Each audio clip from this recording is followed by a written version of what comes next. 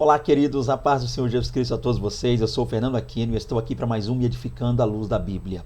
Hoje estaremos trabalhando com a lição de número 3 da revista LPD, número 36, ou seja, Lições da Palavra de Deus, revista essa da editora Central Gospel. E é claro que ao longo desse trimestre estamos trabalhando com um tema muito importante e interessante, que são os heróis do Novo Testamento, um legado de amor, fé e obediência. E o herói do Novo Testamento que nós estaremos vendo nesse vídeo de hoje seria Lucas, tá? A lição 3 tem esse título, Lucas, o médico amado. Então vamos falar um pouquinho sobre a vida e o ministério de Lucas, o evangelista, tá? O médico amado Lucas. E para começar, estaremos vendo o nosso texto bíblico básico. Está lá em Lucas, capítulo 1, dos versos 1 ao 4, Lucas 10, versos 1 ao 7, e segunda epístola de Paulo a Timóteo, capítulo 4, versos 5 ao 11, parte A. O nosso texto oro nos diz: Sauda-vos Lucas, o médico amado, e Demas. Está lá na epístola de Paulo aos Colossenses, capítulo 4, versos 14. E o nosso comentário, a palavra introdutória, vai dizer-nos aí: Lucas não esteve pessoalmente com o mestre, todavia escolheu segui-lo. Deve ter sido algo totalmente instigante e desafiador para alguém que não conheceu Jesus falar sobre ele. Então, queridos, como eu já disse aí, o tema de hoje vai ser aí Lucas, o médico amado. Vamos falar um pouquinho sobre a vida de Lucas, o ministério deste homem, um pouco desse legado tão abençoado que Lucas deixou-nos aí. Então, para começar, a gente precisa entender que Lucas não era um dos 12 apóstolos. E também Lucas não fazia parte daquele grupo de discípulos que andou ao lado de Jesus no que tange a questão física, Ele não andou fisicamente com Jesus. Então, Lucas não esteve ali na Galileia, Samaria, centro ali, e na Judéia, durante aquele período que Cristo estiver ali. Tá? Então a gente precisa, a princípio, entender isso. Dentro dos 4 evangelhos, ou seja, do evangelho escrito pelos 4 evangelistas, a saber, Mateus, Marcos, Lucas e João, nós temos aí pelo menos 2 pessoas, ou 2 evangelistas que não andaram ao lado de Jesus, não foram discípulos de Jesus propriamente dito. Um deles é Lucas e o outro é Marcos, tá? Haja visto o fato de que só Mateus, ou seja, Levi, Mateus o publicano, e João, o discípulo amado, ou discípulo do amor também, fora quem andara ao lado de Jesus a princípio. Então, para começar, o ponto é esse aqui: Lucas não andou com Cristo, tá, fisicamente, embora ele tenha andado pela fé com o Senhor Jesus, assim que entregou a vida para Jesus. E deve ter sido, como o comentarista diz, algo muito interessante, É alguém que não andou com Jesus, mas que for abraçado por Cristo, alguém que abraçou a fé, e a partir de então, ele passou a dedicar-se de uma maneira tremenda ao Evangelho de Cristo Jesus. Dizer que o médico amado é um dos heróis do Novo Testamento significa reconhecer seu trabalho como escritor inspirado, além de missionário dedicado e altruísta. Então, coisa interessante. Ele atuou na propagação da mensagem redentora ao lado de Paulo, Silas, Barnabé, e outros valentes. Então, para começar, gente, a gente precisa entender isso aqui. Vamos estar falando um pouquinho sobre ele, e é claro que ele é sim um herói do Novo Testamento, Apesar de que a Bíblia fala pouco a respeito dele, Há poucas citações da Bíblia sobre o nome de Lucas. A gente vai ver isso aqui já, vou detalhar um pouquinho mais sobre isso, mas Lucas é sim um grande herói do Novo Testamento, um homem que escreveu aí praticamente entre 25% a 28% do Novo Testamento, E outro ponto que é interessante também nós notarmos aqui é que Lucas ele não era judeu, Lucas era gentil, de origem, vamos dizer, grega, e isso é importante. Ele acaba sendo com isso, acho que acredito que o único gentil a escrever um livro inspirado aí da Bíblia. Isso é importantíssimo, dá pra gente. Então ele entra para ser o único gentil a escrever um livro bíblico, tá? Isso é maravilhoso. E o que a gente percebe que ele era um missionário, um de Deus, um escritor, sim, um historiador tremendo, um teólogo abençoadíssimo, além de médico, que é a sua profissão. E ele também era um missionário muito dedicado, ele dedicava-se muito às missões. Já visto o fato dele estar presente ali em diversos momentos da história da igreja primitiva. E também ele era um homem muito altruísta, E isso é importante. E eu queria já deixar para você, no início dessa aula, uma perguntazinha, para que você ao longo da aula venha meditar sobre essa pergunta, baseado aí nessa lição. Olha que coisa interessante. E a pergunta mais ou menos seria essa: quanto será que custaria hoje ter ao nosso lado aí, por assim dizer, 24 horas, um médico particular? Só uma perguntazinha, não está tão ligado assim a princípio, mas é bom para a gente parar para pensar. Por quê? Porque Paulo teve esse privilégio. Paulo teve ao seu lado Lucas, o médico amado. E Lucas viajou por diversos anos ao lado de Paulo, inclusive esteve junto a Paulo no momento mais difícil, né, da vida dele, aquela questão preso ali, prestes a entregar sua vida, né, prestes a morrer, por assim dizer, ser morto, melhor dizendo.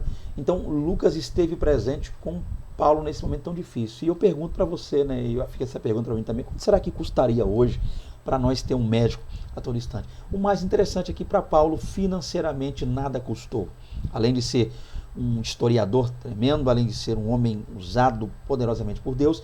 Lucas também cuidou de Paulo no que tange essa questão na área médica, cuidar dos médicos, né? Ele foi um médico que esteve ali ao lado de Paulo, um médico particular, e eu creio, tenho certeza que nenhum centavo, nem um lepton, nem uma dracma, tá? Nem um shekel, nada cobrou para estar ao lado de Paulo, o apóstolo Paulo, simplesmente porque Lucas entendeu que foi chamado por Cristo para fazer uma grande missão. Olha que coisa maravilhosa, né? Que a gente muitas vezes possa usar os dons que Deus nos deu, possa usar todo o conhecimento que nós adquirimos estudando ao longo do tempo, único e exclusivamente para o reino de Deus, que a gente não venha buscar granjear bens materiais, uma vida financeira só voltada a isso. Então eu quero começar essa aula aqui, eu quero dar início a esse tema pensando nesse ponto, né? Analisando essa visão, essa questão, analisando esse amor que o Lucas teve não só para com Paulo, os demais irmãos ali, os outros cooperadores de Paulo, seus companheiros de ministério,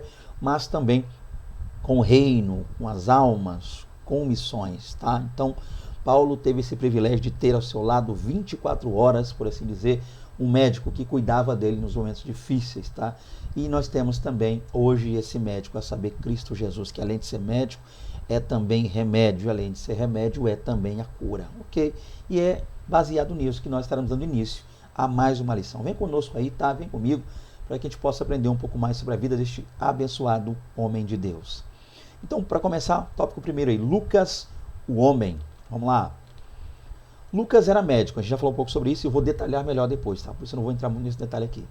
E, além de ser médico, ele era um intelectual altamente instruído. Por que a gente, muitas vezes, entende que Lucas era alguém instruído? Muitas vezes, gente, a questão é que no texto em português, a gente não consegue detectar tanta coisa assim. É claro que o conteúdo, sim, bíblico, eu estou dizendo, mas quando se analisa o texto grego, a gente percebe que o texto grego, ou seja, o grego utilizado, a linguagem, a escrita de Lucas, ela excedia as demais escritas, ela excede no seu contexto grego os demais escritos, tá? O texto grego de Lucas é um grego apuradíssimo, tá? Ainda que seja um grego koiné ou quini, como alguns costumam dizer, mas ele traz questões maravilhosas, tá? Lucas escrevia muito bem, Lucas era um camarada que tinha noção do que queria passar, do que queria dizer, os termos utilizados por ele, as palavras que ele escolheu para colocar no seu, tanto no seu evangelho quanto ali no livro de Atos dos Apóstolos, são realmente um grego muito apurado até mesmo para a época, tá? Então ele era um camarada intelectual,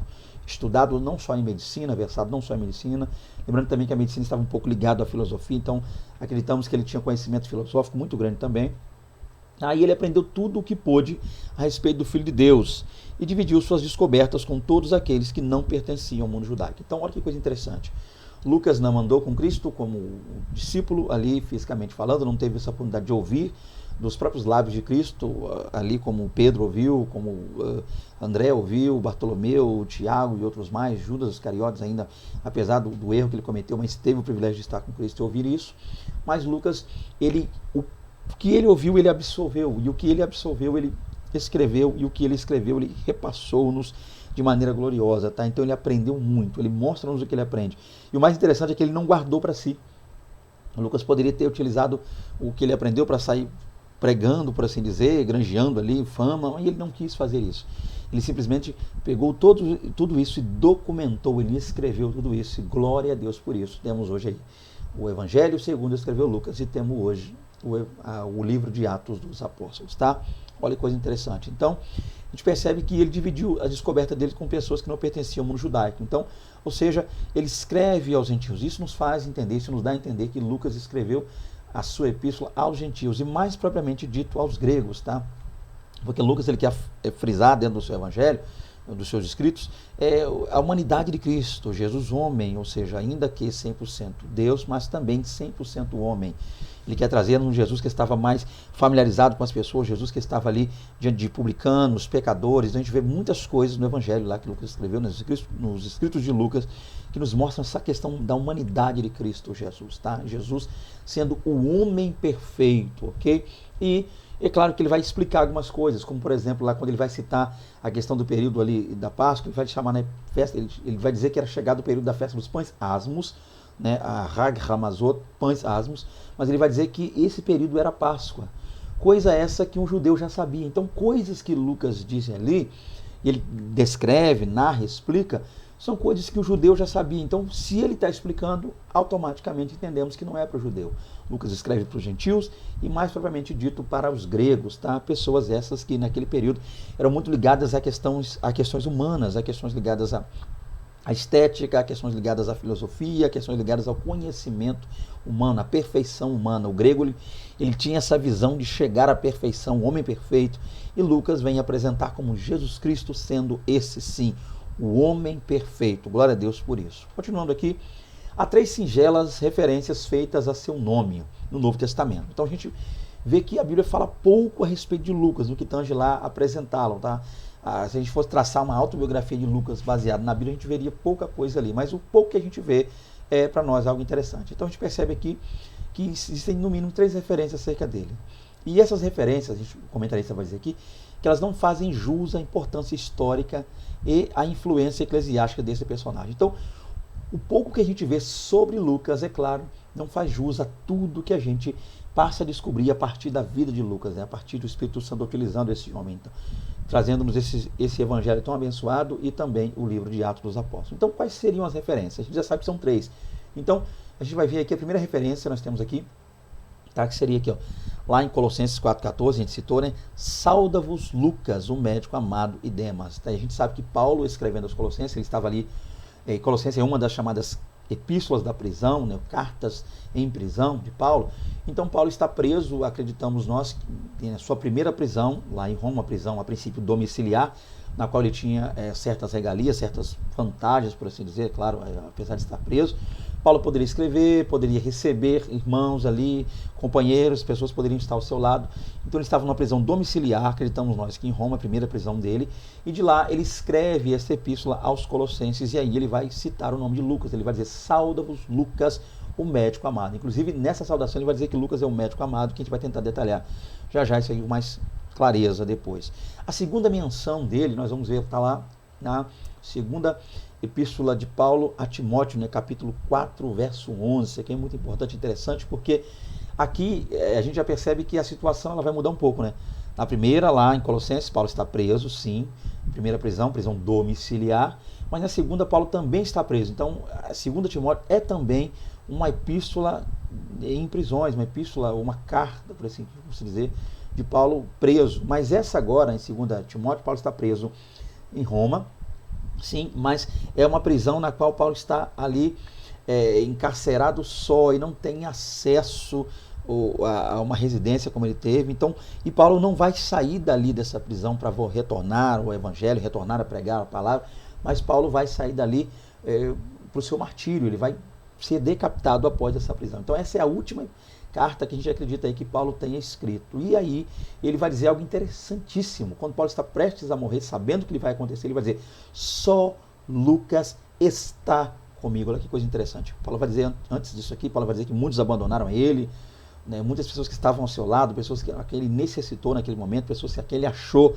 que se levantariam a favor dele para auxiliar, para ajudar, o abandonaram, o desprezaram, mas naquele momento Lucas está com ele. Ele vai dizer, só Lucas está comigo. Então Lucas, além de ser o médico amado, era o companheiro também das horas difíceis na vida de Paulo. Isso é importantíssimo. Mais um detalhe, mais um dado importante que a gente descobre um pouco sobre a vida de Lucas. Continuando aqui, Marcos, né, Aristarco, Demas e Lucas, meus cooperadores. Está lá em Filemon, né, ali verso 24, né, 1:24. Então olha que coisa interessante também. Outra referência, né, que nós temos a Lucas no Novo Testamento é ali quando Paulo escreve a epístola a Filemon. Isso é importante. Então nós vemos aqui, gente, Biblicamente falando, nós só teríamos no nome de Lucas citado essas 3 vezes, essas 3 oportunidades, é que nós nos deparamos com essas citações, tá? No que tange aí o nome de Lucas. Continuando aqui, as origens. Quais seriam as origens desse homem? Há um prólogo ao seu evangelho, né, 160 depois de Cristo, que faz as seguintes declarações. Então a gente vai entender uma coisa, o que a gente vai ver aqui no que tange Lucas, é que a gente percebe que a Bíblia não nos dá detalhe de em quanto tempo foi que Lucas morreu, o lugar onde ele estava, quando isso aconteceu, ou como Lucas continuou a sua jornada após a morte de Paulo. A gente não sabe ao certo, tá, gente? A gente não tem dados bíblicos, pelo menos para dizer a esse respeito. O que nós temos são dados extrabíblicos ligados à história, ligados à tradição, ligados aos pais da igreja. E um desses dados nós temos aqui, tá? É um prólogo que foi escrito aí, lá é datado aí do 2º século, chamado ali de prólogo anti-marcianiano, né? Ligado à questão de Marcião, é contrário a Marcião. E a gente vê lá algumas coisas aí que vão falar um pouco sobre a pessoa de Lucas, tá? Então o que nós temos aqui? Segundo esse prólogo, Lucas era nativo de Antioquia, gentil e médico. Então nós temos aí, com base nesse prólogo, desse documento extra-bíblico, foque isso aí, professor, na sua lição, na sua aula com seus alunos, que é um documento extra-bíblico. Ele vai falar um pouco que ele nasceu em Antioquia, vai dizer também que ele era gentil, isso a gente acaba descobrindo lendo a Bíblia Sagrada, e médico também, que Paulo vai citar, corroborando já com o que a Bíblia diz. Outro ponto que diz também é que Lucas escreveu o 3º livro do Novo Testamento, ou seja, o Evangelho de Lucas teria sido escrito lá na Acaia, e que Lucas teria morrido aos 84 anos de idade, sem nunca ter se casado. Então Lucas acabou aderindo à questão do celibato, ele acabou tornando-se celibatário, e faleceu aos 84 anos de idade, e escreveu lá na Acaia o Evangelho que leva aí o seu nome, Evangelho segundo Lucas, tá? É o que a tradição vai dizer. E além disso, nós temos também muitos historiadores, filósofos e pais da igreja da antiguidade ali, que trazem algumas coisas relacionadas a ele, né? Nós temos a Irineu, vimos a questão aqui desse prólogo, temos Irineu, Tertuliano, Clemente de Alexandria, Jerônimo, Eusébio também, que não está aqui nessa lista, mas cita alguma coisa relacionada a ele, e alguns pais da igreja, né, confirmam também esse testemunho. Então o que nós temos, gente, em relação às origens, de onde Lucas poderia ter vindo, onde ele nasceu, como ele continuou o seu ministério após a morte de Paulo, onde é que ele escreveu ali o evangelho que cita ali o seu nome, o Atos dos Apóstolos também, posteriormente, onde é que ele escreveu essa questão, e com quantos anos ele morreu. Todas essas questões, o fato de ele ter se tornado e vivido como um celibatário até a sua morte, tudo isso aí são questões que, apesar de não estarem na Bíblia, elas não são passadas, né, repassadas pelos pais da igreja. Então, como isso é tradição, cabe a você aí, eu sei que você vai estar pesquisando, você professor, de repente você vai encontrar dados diferentes desses dados aqui, mas desde que você diga que isso está ligado à tradição, seus alunos vão compreender isso bem, tá? Vai ficar mais fácil aí para compreender. Continuando aqui, nós temos a conversão, ok? Vamos lá.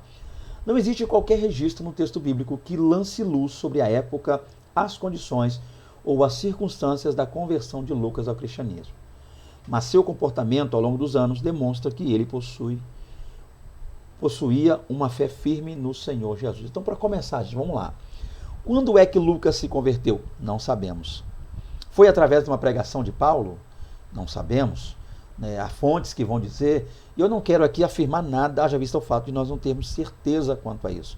Mas há fontes que vão dizer que Lucas se converteu ali enquanto Paulo pregava. Ele ouviu Paulo pregar e se converteu. Ou há outras fontes que vão dizer que Lucas já era convertido antes desse período, ele conheceu Paulo, mas já era ali um gentil, um médico, que um dia entregou-se a Jesus, ouvira falar do Evangelho, então ele deu prosseguimento. E quando conheceu Paulo, ele continuou então e fortaleceu, embasou ainda mais seu conhecimento acerca de Cristo Jesus. A questão é que nós não sabemos realmente quando é que essa conversão se deu. Mas o que a gente pode afirmar, com base na Bíblia, é que foi uma conversão genuína, uma conversão pura. Lucas realmente se entregou ao Senhor.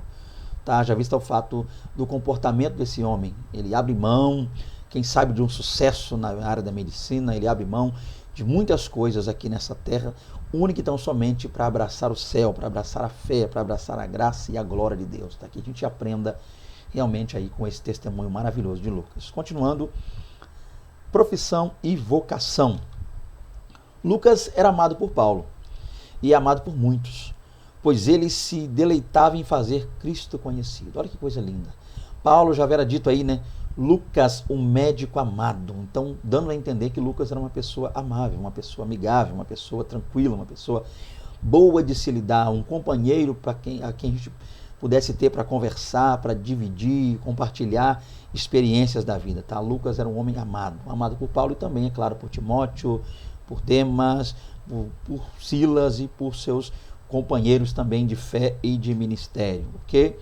E uma coisa que Lucas amava, a gente percebe isso, é fazer Jesus conhecido. Lucas se deu às missões, única e tão somente para fazer com que pessoas que jamais ouviram ou ouviriam falar de Cristo pudessem ter o privilégio de ouvir falar do Senhor. Então, através da leitura do Evangelho, que leva seu nome, através da leitura de Atos dos Apóstolos, muitas pessoas foram alcançadas, impactadas, tiveram suas vidas mudadas e restauradas por esse empenho, esse desejo, tá? Esse comprometimento que Lucas teve para com o Senhor. Isso é importante. Então, quando a gente lê os Evangelhos e lê Atos, a gente percebe aí, quando lê o Evangelho que leva o nome dele, Atos, a gente percebe que o camarada é um camarada de ternura, amor, um camarada de genuína afeição, ok?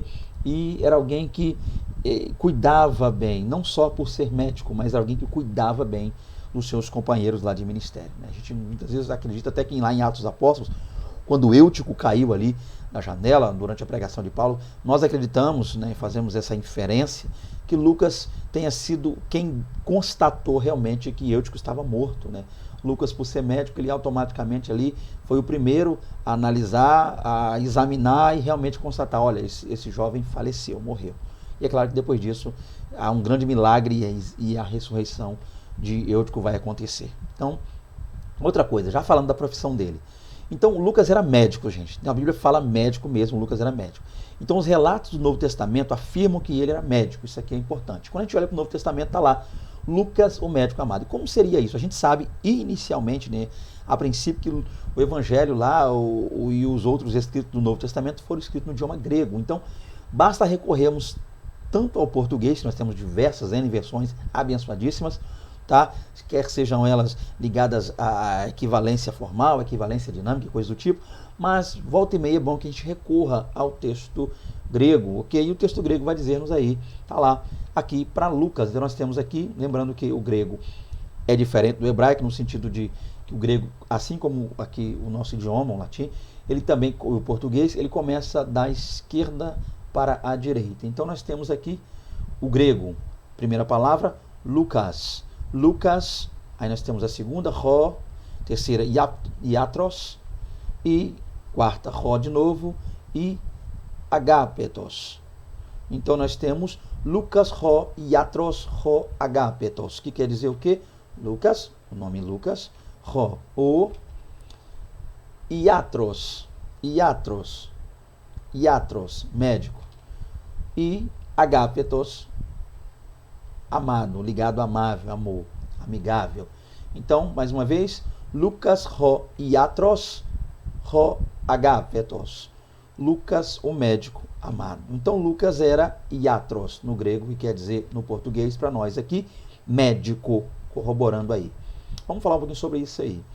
Lucas provavelmente tenha estudado medicina em Antioquia da Síria, né? Já visto o fato que a história nos vai nos comprovar que, além, é claro, do Egito, ali, essa questão ligada ali a Alexandria, mas nós vemos também que em Antioquia da Síria havia um grande colégio, uma grande escola voltada para o estudo da medicina. Então, possivelmente ou provavelmente Lucas tenha se formado lá.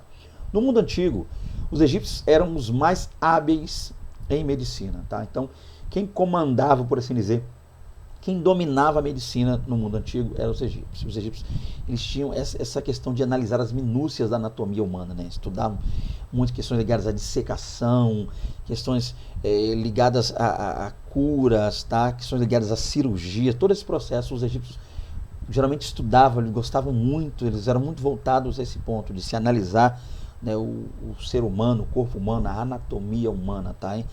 Essa questão de embalsamar corpos, a gente vê tudo isso aí voltado à cultura egípcia. Então eles eram meio que pioneiros, tá? Meio que mestres e versados nessa área, muito hábeis na área da medicina, tendo levado séculos para aperfeiçoar sua arte. Então nós vemos que os egípcios meio que eles estavam à frente de diversas, até de outras nações ali, no que tange medicina, e eles com o passar do tempo, foram analisando, estudando, até realmente chegar a um ápice, por assim dizer, na medicina antiga.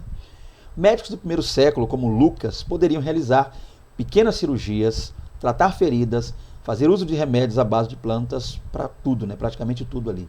Então a gente vai ver que os médicos ali, que é o caso de Lucas, eles, naquele tempo já se faziam pequenas cirurgias, já se estudava para se analisar e aprender e aplicar, né, realizar pequenas cirurgias, que são ligadas a feridas. Ele vai tratar um pouco sobre isso aí lá no seu evangelho, ele vai até citar lá algo no capítulo 10, a partir do verso 38, a famosa parábola do bom samaritano. Ele fala, inclusive, até mesmo quando aquele homem que ia ali naquele imprudente, naquela estrada, que foi pego ali pelos salteadores, né, os ladrões, for ali espancado, deixado no caminho, na qual o sacerdote passou e nada fez, o levita passou e nada fez. Mas o samaritano desce da cavalgadura ali e ele passa a cuidar daquele homem que está no chão. E ali ele vai pôr sobre aquele homem, né, ele vai pôr azeite sobre aquele homem, ele vai pôr vinho sobre aquele homem, mostrando, é claro, as propriedades de cada um desses elementos no que tange a cura, né? Questões ligadas a anti-inflamatório, que seria ali o azeite, cuidando daquela inflamação, questões ligadas ali como o vinho, para que aquilo não pudesse infeccionar, né? Então o vinho era jogado ali. Ou seja, então Lucas ele traz um pouco disso aí dentro dos seus escritos, ligado a essa questão da medicina, ok? Então Lucas era médico. A gente percebe que, como eu já disse aqui, pequenas cirurgias podiam ser feitas naquele tempo, cuidar, atar e tratar de feridas também eles podiam fazer, e também questões ligadas à medicina, né? Plantas, como a gente pode ver aí, eu citei o caso aqui, então havia muitas plantas naquele tempo que eram usadas de maneira medicinal, tá? Para tratar, para cuidar das pessoas.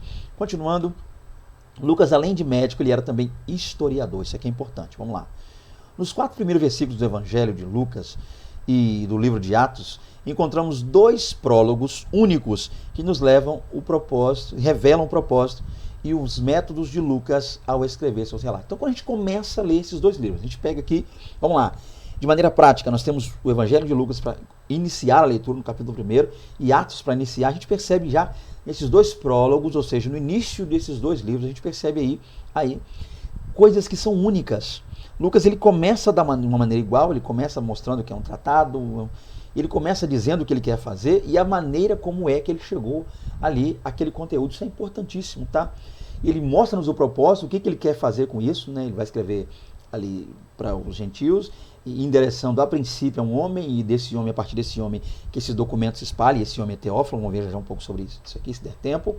E ele vai falar os métodos, a maneira como utilizou, né? Pesquisa, historiou, estudou, conversou, isso é importante. Então vamos falar um pouquinho sobre os métodos e o propósito de Lucas. E dentro disso a gente percebe lá que é possível vermos que ele se utilizou de relatos escritos anteriores à vida de Jesus. Então, um dos métodos que Lucas se utilizou para escrever tanto o seu evangelho lá, que leva o seu nome, quanto o início, é claro, e os demais ali, de Atos dos Apóstolos. Como é que que ele utilizou? A princípio ele foi lá e ele se utilizou de relatos escritos. Então a gente pode ter como exemplo aí o evangelho Marcos escreveu, porque seria o primeiro.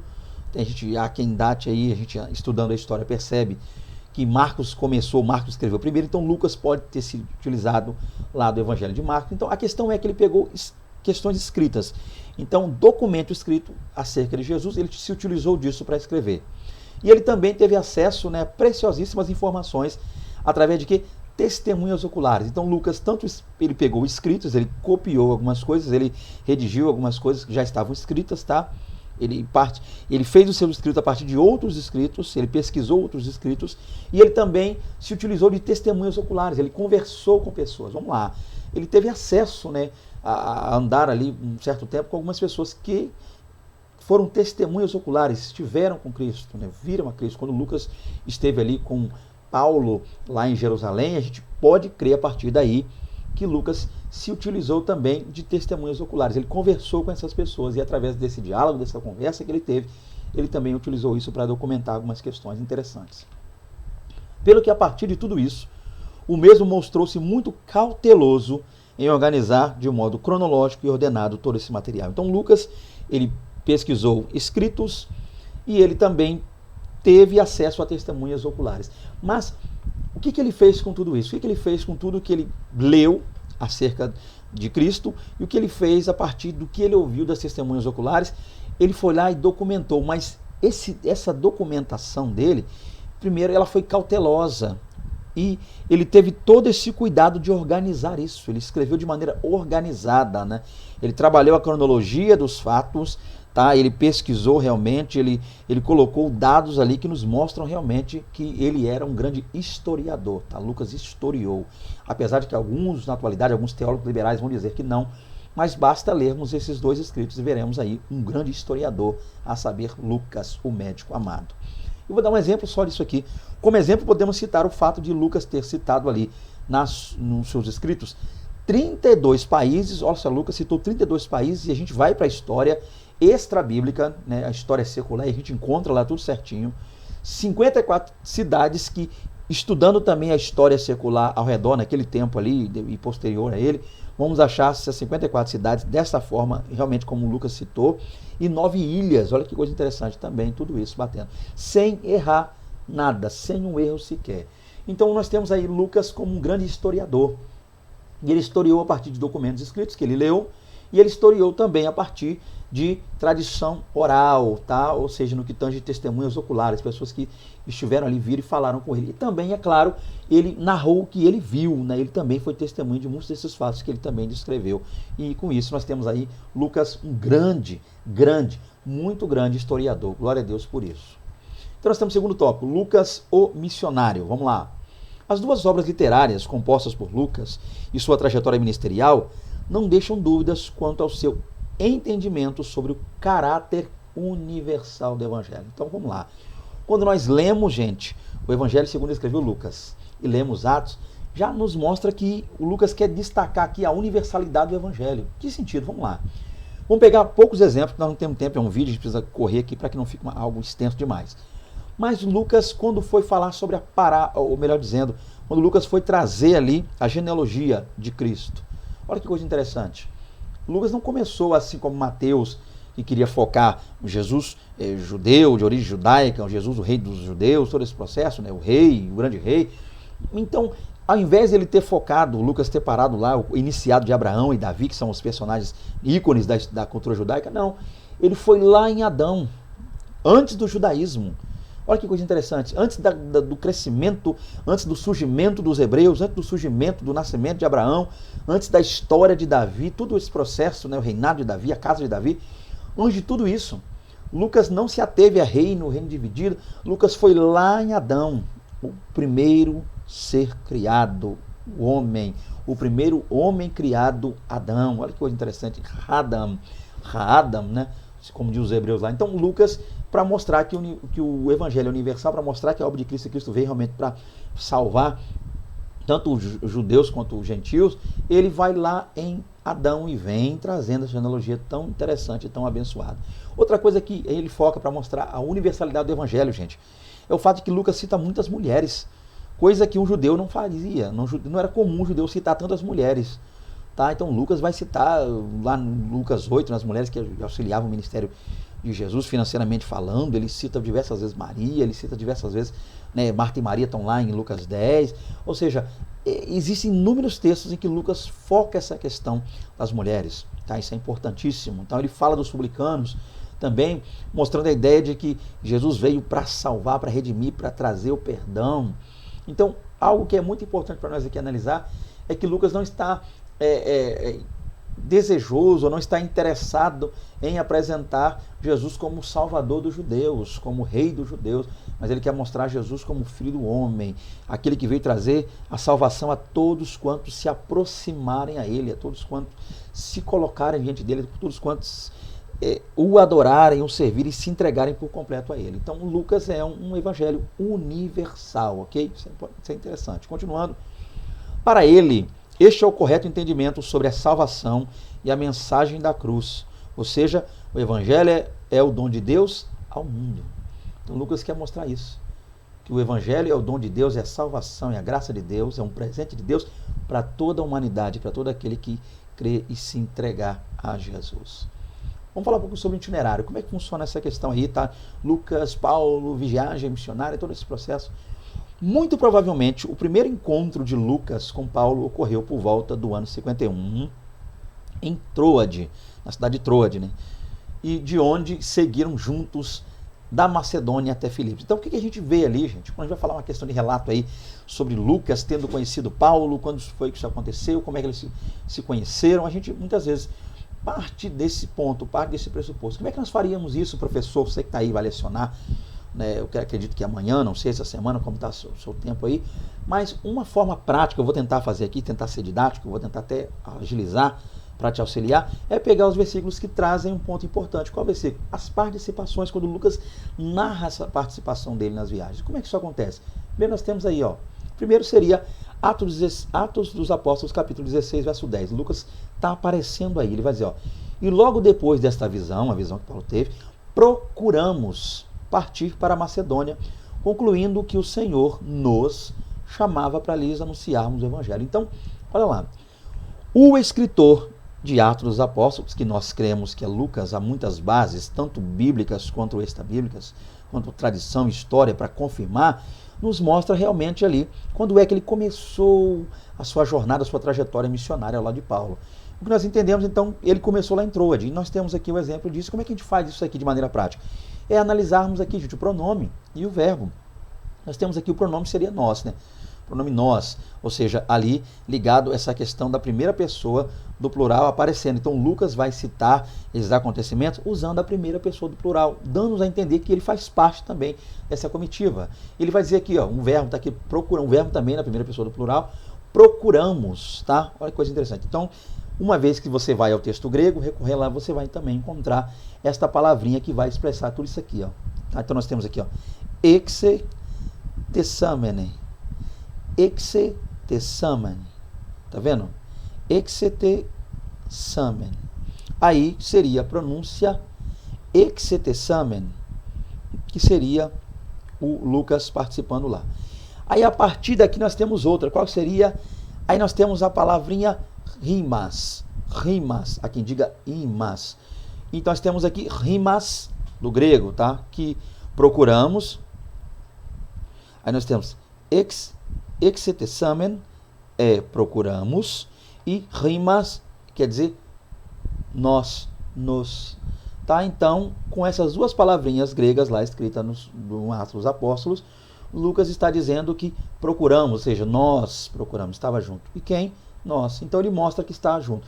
Com isso aqui, de maneira didática, nós passamos a entender que Lucas está agora participando também desta viagem, tá? Vamos continuar aqui então. Aí nós temos aqui, ó, e navegando, outro exemplo, só você continuar, você está em Atos 16:10, passa para Atos 16:11, Lucas vai dizer o quê? E navegando de Troade, fomos correndo em caminho direto para Samatrácia e no dia seguinte para Neápolis. Olha Lucas aparecendo de novo, tá? E aqui ele vai usar a expressão evtu, tá vendo? Evtu dromessamen. Evtudromessamen. Então, evtudromessamen quer dizer o quê? No grego, que nós fomos em linha reta, tá? Isso quer dizer isso. Nós prosseguimos em linha reta. Aqui, quando você vai traduzir lá do grego. Então, mais uma vez, está dizendo aqui, nós fomos, estamos juntos, fomos quer dizer o quê? Prosseguimos em linha reta, fomos em direção a, seguimos rumo a, que Samatrácia, de lá fomos para Neápolis. Então, professor, você já pegou a didática da coisa aqui. O que você vai fazer aqui, para ficar mais simples e mais claro, eu vou tentar ser mais claro agora, prometo, é que você vai pegar esses versículos e dizer aqui, olha, quem escreveu esses versos está dizendo, nós procuramos, ou seja, nós estamos aqui, nós procuramos. Então, estamos aqui, primeira pessoa do plural, ele está se encaixando, ele está se colocando junto a essas pessoas. Ou seja, então, Lucas começou a andar com Paulo, quando foi isso? Lá em Troade. E de Troade eles passaram para Macedônia, vemos aqui, ó, tá? Samatrácia e Neápolis. E de lá foram até Filipos, ok? Como é que a gente vê Filipos aqui? Fechando. E dali para Filipos, Atos 16:11 ainda, né? Ou melhor dizendo, 12. E dali para Filipos, que é a primeira cidade dessa parte da Macedônia. E é uma colônia. E estivemos, ou seja, permanecemos, né? Permanecendo ali, alguns dias nessa cidade. Então ele diz que foram para Filipos e chegando em Filipos ficaram ali alguns dias. E ele vai usar para falar que esteve. Ele disse aqui, ó, estivemos. Quem é que estava lá? Aí ele vai usar aqui o termo emen. Emen aqui do grego, há quem pronuncie remen, mas nós temos aqui remen, o emen do grego quer dizer o quê? Estivemos, ou seja, permanecemos, nós permanecemos, tá? Esse é o ponto. Então essa é a ideia, tá? Então nós temos aqui para fechar essa parte, não é que a palavra emen quer dizer estivemos ou permanecemos, quer dizer que nós, tá? Essa palavra emen está inserida aqui. Coisa essa que a gente não consegue muitas vezes ver no texto português, tá? Ela está aqui sim, está oculto aqui, está inserido aqui, tá? Mas aqui no texto grego já aparece nós, aqui mais uma vez, mostrando aqui a palavra emen. Então com isso aqui, professor, nós passamos a ver o itinerário. Então Lucas conheceu Paulo em Troade, dali de Troade partiram para Macedônia, da Macedônia foram ali, dentro da Macedônia, a Filipos e permaneceram um tempo ali em Filipos, tá? Então a gente já passa a entender esse itinerário. O que aconteceu em Filipos? Paulo e Silas foram presos lá em Filipos. Atos 16 mostra isso aí, né? O texto bíblico não explica por que Timóteo e Lucas escaparam. No entanto, alguns creem que possivelmente eles passaram desapercebidos por não terem a aparência de judeus comuns. Então, Timóteo e Paulo e Silas e Lucas saem de Troade. Então, Lucas conhece Paulo em Troade, passa a fazer parte da comitiva dos companheiros lá de viagem de Paulo. Eles rumam a Macedônia, atracam lá em Samotracia, em Neápolis, de lá partem para Filipos, em Filipos passam alguns dias, poucos dias lá. Ao chegar em Filipos, acontecem algumas coisas que eu acredito que o tempo aqui não é hábil para falar, mas a mais importante delas, por assim dizer, é a prisão de Paulo e Silas. Eles são presos, tá? Amarrados, ali açoitados, presos, e até inclusive eles oram a Deus na prisão, cantam louvores ao Senhor e as cadeias se rompem, Deus dá um grande livramento naquele lugar. Mas a questão é que a pergunta seria, Paulo e Silas foram presos, mas por que Timóteo e Lucas não foram? Por que eles não foram presos? A Bíblia não descreve. Lucas não diz porque não foi preso, não diz porque Timóteo também não foi, só nos relata o fato de Paulo e Silas terem sido presos, mas aí vão se lançar muitas inferências, muitas conjecturas a respeito disso. Há quem diga inclusive, que eles não foram presos porque quem olhou para eles não viu neles, né, uma espécie de semelhança, alguma coisa, tá, que eles não teriam aquela aparência de judeu comum. Tá? Mas é só uma inferência, é só uma conjectura, tá? Nós não temos a resposta exata. O que sabemos é que Paulo e Silas foram presos e que Timóteo e Lucas estavam com eles naquele momento, mas não foram aprisionados, encarcerados junto a eles lá. Somente Paulo e Silas foram aprisionados. Continuando, aí nós vamos seguir. Então, se conheceram em Troade, rumando a Macedônia, ficaram ali Samotracia, Neápolis, de lá Filipos, presos em Filipos. A questão é que depois que Paulo sai de Filipos, acontece algo interessante. Vamos ver isso aqui. Após terem sido postos em liberdade, Paulo e Silas, né? Ou seja, Paulo e Silas, acompanhados de Timóteo, partiram rumo a Tessalônica, deixando Lucas em Filipos, onde algum tempo depois se reencontraram. Então, nós lendo também Atos dos Apóstolos, acreditamos ali, gente, que nesse momento em que Paulo e Silas são libertados daquela prisão, e quando eles deixam Filipos, nós entendemos, baseado, claro, em Atos dos Apóstolos, que Lucas não seguiu viagem com eles. Lucas permaneceu ali em Filipos. E como é que a gente vai chegar a essa conclusão? Tá? Lucas permaneceu ali. E como é que a gente vai ver isso? Da mesma forma como nós vimos lá o encontro entre eles e a viagem missionária iniciando entre eles, a segunda viagem missionária. Como é que a gente faz aqui? Vamos para o texto bíblico. Está lá Atos 16:40.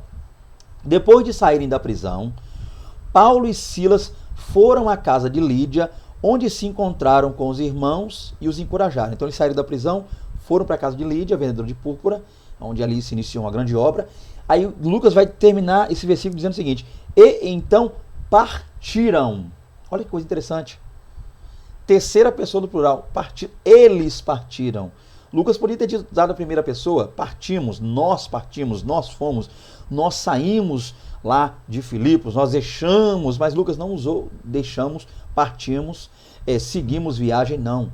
Ele simplesmente diz, partiram, foram, seguiram, rumaram, ou seja, dando a entender que Lucas, com isso aqui, com esse verbo que ele utilizou, aí está nessa conjugação que ele deu a esse verbo, para o partir aqui, da ideia que eles partiram, eles foram ali apontando para a terceira pessoa do plural, dizendo, é claro, que ele não faz parte. Com isso nós entendemos que aqui ele fica em Filipos, é deixado em Filipos, e Paulo e Silas, Timóteo, prosseguem a viagem sem Silas, tá? E nós temos aqui a palavra que ele usou lá no grego para expressar isso aqui, tá? Nós temos exceltan. Exceltan, do grego, quer dizer o quê? Partiram, foram, rumaram, seguiram. Exceltan, partiram. E eu não parti, automaticamente entendemos, subentendemos aqui, Lucas dizendo, eu fiquei, ainda que ele não tinha dito, eu fiquei, mas ele disse, eles partiram, dando a entender que Lucas tenha ficado, ok? E quanto tempo foi que Lucas ficou? Como é que foi isso aqui? Porque eles depois se reencontraram, houve um reencontro entre eles, tá? Vamos ver esse reencontro para tentar traçar alguma coisa sobre o tempo que ficaram. Quando foi o reencontro? Quando é que eles se viram novamente? A gente, apesar de que a lição tenha dito, né, eu acredito que na lição, não coloquei aqui, mas a lição lá atrás, que foi Atos 20, verso 13, mas a gente vai ver lá, é claro, uma análise mais minuciosa, a gente percebe que foi Atos 20, verso 5. Por quê? Porque o texto vai dizer lá, esses homens foram adiante e nos esperaram em Troade. Olha que coisa interessante, nos esperaram em Troade. O que aconteceu aqui então? Vamos tentar traçar isso aqui. Então nós temos aqui Lucas agora dizendo que eles nos esperaram, então Lucas já está com Paulo de novo. Então dá a entender que Lucas deixa Paulo, ou Paulo deixa Lucas, como você quiser citar, eles meio que se separam fisicamente lá em Filipos, e Lucas agora só vai ver Paulo de novo quando Paulo retorna. Olha que coisa interessante. E quando é que aconteceu isso? Quando é que foi essa questão? Nós entendemos, com base na história e tradição, que deve ter passado entre 6 a 7 anos depois que Paulo partiu lá de Filipos, e Lucas ali ficou, é que Paulo retornou para Filipos e encontrou com Lucas lá de novo. Entre 6 a 7 anos, vai dizer aí, vão dizer algumas versões, algumas questões aí, ou algumas fontes ligadas à história, vão trazer essa data, já visto o fato que a Bíblia não nos traz. A questão é, vamos lá, continuando aqui para entender melhor esse ponto, que Paulo agora volta, e Paulo volta para Filipe e encontra com Lucas. Por que Paulo voltou? Paulo estava lá a princípio na Grécia, ficou ali cerca de 3 meses naquele lugar, desejava navegar para a Síria. Paulo dizia, vou para a Síria. Paulo tinha uma visão de ir para a Síria, algo tremendo lá, para fazer algo maravilhoso lá da parte de Deus, mas ele ficou sabendo que não teria como ele navegar naquele barco que ele queria ir, rumar para a Síria, porque os judeus daquela região ali, na Grécia e tal, aquela região ao redor, haviam tramado contra a vida dele. Então, quem sabe, não sei se iam matá-lo no barco, não sei se iam jogá-lo ao mar, não sei o que ia fazer com Paulo, mas a questão é que eles tramaram contra Paulo, então Paulo, sabendo disso, ele agora decide voltar para Macedônia. Então, ao invés dele navegar em barco em direção à Síria, ele volta rumando a pé, por assim dizer, por terra, lá para Macedônia, para fugir dos seus algozes, fugir dos seus inimigos ali, a saber, os judeus que estavam contra ele. Então ele volta. Voltando à Macedônia, ele agora passa novamente ali naquela região, e ele volta para Filipos. E lá em Filipos, Paulo encontra novamente com Lucas, e nós temos isso aqui relatado no capítulo 20, verso 5, eles se encontram realmente. Verso 6 mostra algo do tipo, verso 10 e verso 11 também nos mostra, tá? Então, isso aqui seria professor que vai estar lecionando, eu falei aqui, tal, correndo por ser vídeo e tal, mas você vai ter, dentro disso aqui, você vai ter uma base para poder criar uma cronologia, tá? Ok? Com base nesses slides que eu coloquei aqui. Se conheceram em Troade, juntos rumaram a Macedônia, tudo isso mostrando o grego aqui também, se você achar melhor. Ou você pode usar o verbo em português, usa os verbos e pronomes em português, o pronome nós ali, nós, que o Lucas usa muito lá na primeira pessoa do plural, ok? Você pode utilizar também isso aí. Então, se conheceram em Troade, rumaram a Macedônia, Samothrácia, todo esse processo, Neápolis, dali naquele ponto atracaram em Filipos uma grande obra missionária se inicia ali, mas Paulo e Silas são presos, Timóteo e Lucas não. Após a prisão, Paulo e Silas sendo soltos, eles partem dali, tá? Continuam a viagem até que Paulo chega à Grécia, nesse processo, e mais Lucas fica. Depois, já que o nosso foco aqui é Lucas, não é Timóteo e nem Silas, é Lucas, depois Paulo retorna lá da Grécia, Macedônia, Filipos de novo encontra com Lucas, e daqui eles partem para Troade, onde ficam ali mais ou menos coisa de 2 semanas, tá? Inclusive é ali que vai acontecer a questão da morte, da queda e da morte de Eutico, ok? Continuando, esse é o ponto que nós temos para trabalhar. Lucas aparentemente acompanhou Paulo a Roma, onde é mencionado pela última vez em 2 Timóteo. Daqui, gente, é claro que existe toda uma sequência que, se eu for ler, aqui vai tomar tempo, e a revista ela já traz essa sequência. A questão é que entender que desde que eles se reencontraram novamente lá em Filipos, a partir daí Lucas não deixou mais Paulo. A partir daí ele foi com Paulo até o último dia da história desse grande homem de Deus, a saber, o apóstolo Paulo. Tá? Lucas permaneceu com ele. Só Lucas, né, está comigo, esteve comigo, me acompanhou. Que coisa tremenda. Terceiro tópico. Lucas, o escritor. Vamos lá. Obras literárias. Vamos falar um pouquinho sobre as obras literárias de Lucas aí. O Evangelho de Lucas é o único que possui uma sequência no Novo Testamento, que seria o livro de Atos. Então, as obras a gente já sabe, está muito claro isso aqui, que são o Evangelho, que leva o nome dele, o Evangelho de Lucas, o Evangelho de Cristo segundo escreveu Lucas, e o livro de Atos. São ambas as obras escritas por Lucas, tá? E há uma continuação. Olha que coisa interessante. Então, o final de Lucas nos dá a entender que o início de Atos é a continuação do final de Lucas. Então, é uma obra que ela é contínua. Isso aqui é maravilhoso. Os dois livros incluem a passagem da ascensão de Jesus, um acontecimento que apenas o evangelista descreve em detalhes. Olha que coisa tremenda, gente. Lucas termina falando da ascensão de Cristo e Atos começa falando da ascensão de Cristo. Isso é maravilhoso, né? Olha que você se juntar aí, que coisa tremenda que dá. Ambos terminam. Um termina o Evangelho e o livro de Atos começa falando do mesmo assunto, que é a ascensão de Cristo. Ele conclui sua obra de Atos com a ascensão e conclui sua obra de Evangelho com a ascensão e inicia com a ascensão. Então ele vai dizer, é claro que no Evangelho ele não dá tantos detalhes sobre a ascensão, mas lá em Atos ele dá detalhe. Ele começa falando ali que naquela região, ele termina lá em Lucas dizendo que Jesus levou eles para o lado daquela região de Betânia, ali ergueu os braços e foi assunto aos céus, eles se alegraram e voltaram lá para Jerusalém. Mas lá no início de Atos, ele vai dizer que Jesus reúne eles ali naquela região, dá as últimas instruções e enquanto ele falava, ele foi sendo assunto aos céus, subindo. Isso é maravilhoso. E eles olhando para cima, enquanto eles estão olhando para cima, aquela coisa linda e maravilhosa, as nuvens encobrindo Jesus, aí Lucas vai dizer lá em Atos já agora, que dois varões de branco, acreditamos nós, dois anjos, se põem ao lado deles e falam, por que estáis olhando para o alto, varões galileus? Tá? O mesmo Senhor ao qual viste subir, virá da mesma forma qual o viste. Olha que coisa linda. Então, confortando eles, dizendo que Jesus viria novamente da mesma forma que eles viram Jesus subir. Com isso, eles se alegram e partem em direção à obra que eles deveriam realizar, a princípio, é claro, aguardando lá serem revestidos de poder em Jerusalém. Evidências bíblicas históricas. O registro bíblico provê informações que, cruzadas com as tradições eclesiásticas, né, tradição eclesiástica, apontam Lucas como autor de ambos os livros. Então, se nós unirmos o que é descrito tanto em Lucas quanto em Atos, ao que a tradição diz, né, os pais da igreja e outros historiadores e filósofos da antiguidade, vamos analisar algo interessante, que realmente Lucas sim é o autor de ambos os documentos. Se compararmos o prefácio do Evangelho de Lucas com o prefácio do livro de Atos, percebemos que a mesma pessoa os escreveu. Então, a forma de escrever, a maneira, o início, né, o prólogo ali é idêntico. Ele começa falando a respeito de um tratado que ele fez. Isso é importante. Ele começa escrevendo ambos os conteúdos da mesma forma. Estou com a Bíblia aberta aqui, talvez, se der tempo, eu a leia aqui para a gente poder tratar isso aqui. Então, o início de ambos é idêntico. Outra coisa, ambos os textos foram dedicados a Teófilo. Olha que coisa tremenda, gente. Então, tanto o Evangelho, segundo escreveu Lucas, quanto Atos, são dedicados, a princípio, né, inicialmente a uma pessoa. É claro que Lucas, quando escreveu, tinha essa visão, tinha essa percepção diante de Deus, que essa mensagem se propagaria, né, muitos teriam acesso a essa mensagem, mas a princípio ele escreve a um homem chamado Teófilo, e a qual muitos não sabem se realmente é uma pessoa, um homem, literalmente falando, né, uma pessoa chamada Teófilo, que ele conhecera.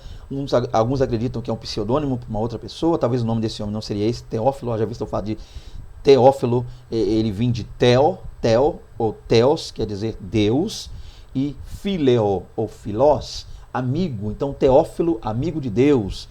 Há fontes que dizem que não existiu essa pessoa, é um pseudônimo para uma outra pessoa.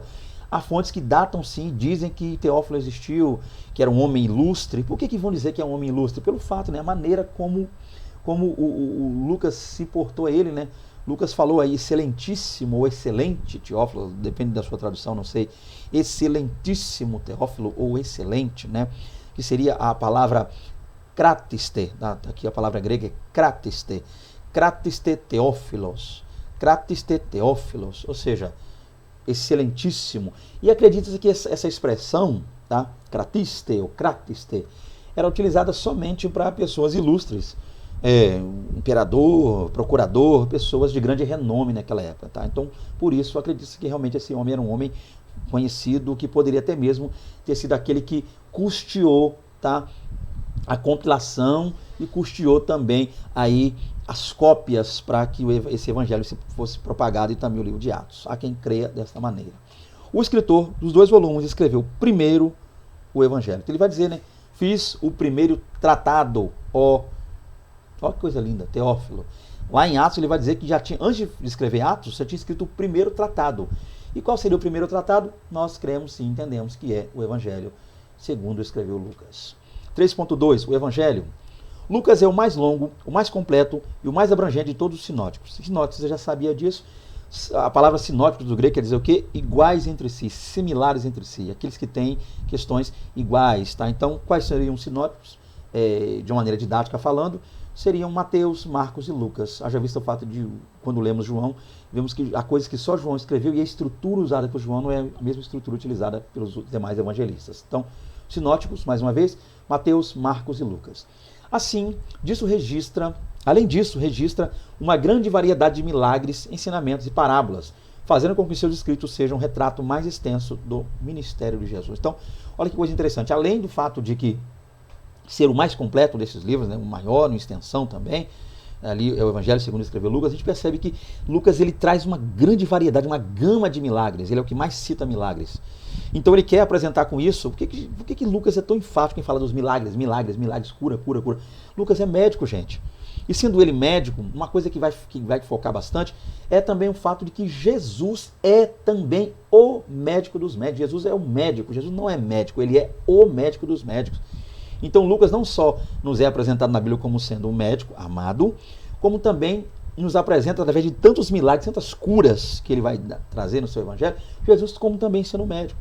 Ele vai trazer ensinamentos, tá? As questões ligadas às palavras, às parábolas. Ele narra muitas parábolas. O que mais traz parábolas nos evangelhos é Lucas, citando o fato de que Jesus era um mestre, um ensinador.